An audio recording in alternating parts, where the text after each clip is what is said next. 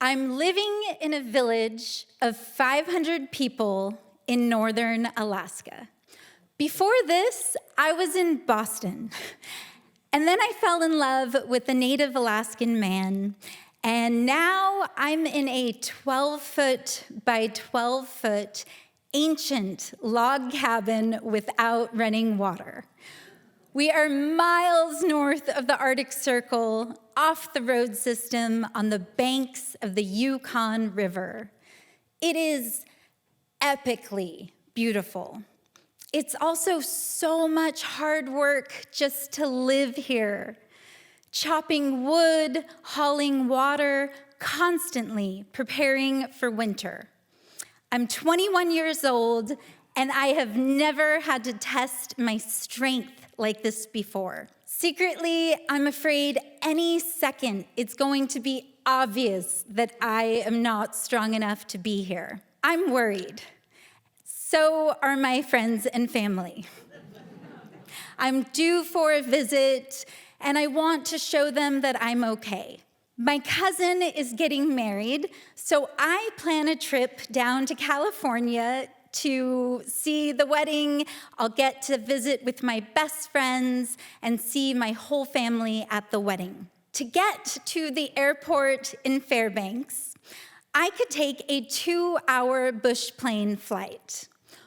Or I could go with my boyfriend on a 220-mile canoe trip downriver where his brother will meet us at the bridge and drive us to Fairbanks. I've taken little river floats before. I figure it'll be relaxing. Day 1. It is not relaxing. I quickly learn that to navigate an enormous wild river like the Yukon, you have to stay in the current of the main channel. But because it's a wild river, the main channel whips back and forth across the land like a snake. So that means having to paddle for miles and miles and miles across river just to have to paddle back. Almost immediately, I feel this lump in my stomach, and I think maybe this wasn't a great idea. But it's already too late. The river is way too strong to turn around. Day 2. It's hot, really hot, in the high 90s. Yes, in Alaska. It's summer solstice. So that means the sun doesn't set at all. It just paints a circle in the sky. 24 hours of sunlight. We forgot sunblock. We smear mud all over our faces and shoulders to keep from burning. Day 3.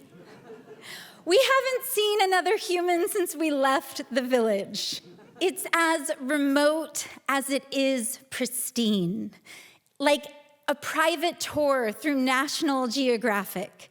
It is majestic. Day 4.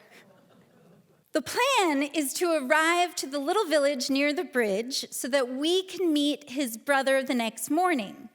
But day 4 comes and goes with no village in sight. So I asked my boyfriend, well, how long did it take you last time? He says, what do you mean last time? Day 5.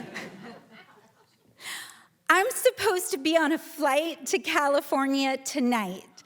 We are still paddling across the river and back. There's no GPS, no mile markers, no way to know how far we have come. We finally see the village, hours after we were supposed to meet his brother. But there are no cell phones, no way to get a hold of him. All we can do is hope that he will wait for us. And even though we're already very late, we still have to stop at the village. Because, if you don't know, it's very rude to pass a village of only 40 people and not stop. We are so glad we did. They give us valuable information. They say when we see the canyon to make sure that we enter on one side because there is a massive whirlpool on the other side. And it's no joke, an eddy that's a half-mile wide. People have died getting caught in this thing. We get back on the river, we see the canyon. We're so happy to have that information, only we can't remember which side we were supposed to go on. We have no time to argue. We just do our best to stay in the main channel. And it seems like we are. We're moving along at a fast clip. The canyon is getting closer and closer. And then we're going in the wrong direction. We're in the whirlpool. Every time I think we're gonna break out, we just get whirled right back around. An hour passes. We are fighting just to stay on the perimeter. I am so tired. I stop for a second and we start spinning out of control. I yell, "I can't paddle anymore." He screams back, "There's no other way. Paddle, paddle." Another hour goes by. We can't keep doing this, but there is no one to save us. We angle it again, and I close my eyes and push so hard I feel my muscles tearing. It works. We see the bridge, pull over to the shore, collapse to the ground. My entire body is pulsating. I look up to see his brother. He's still there. He's been waiting for us all day, over 12 hours. He says he wasn't going anywhere. He was about to set up his tent.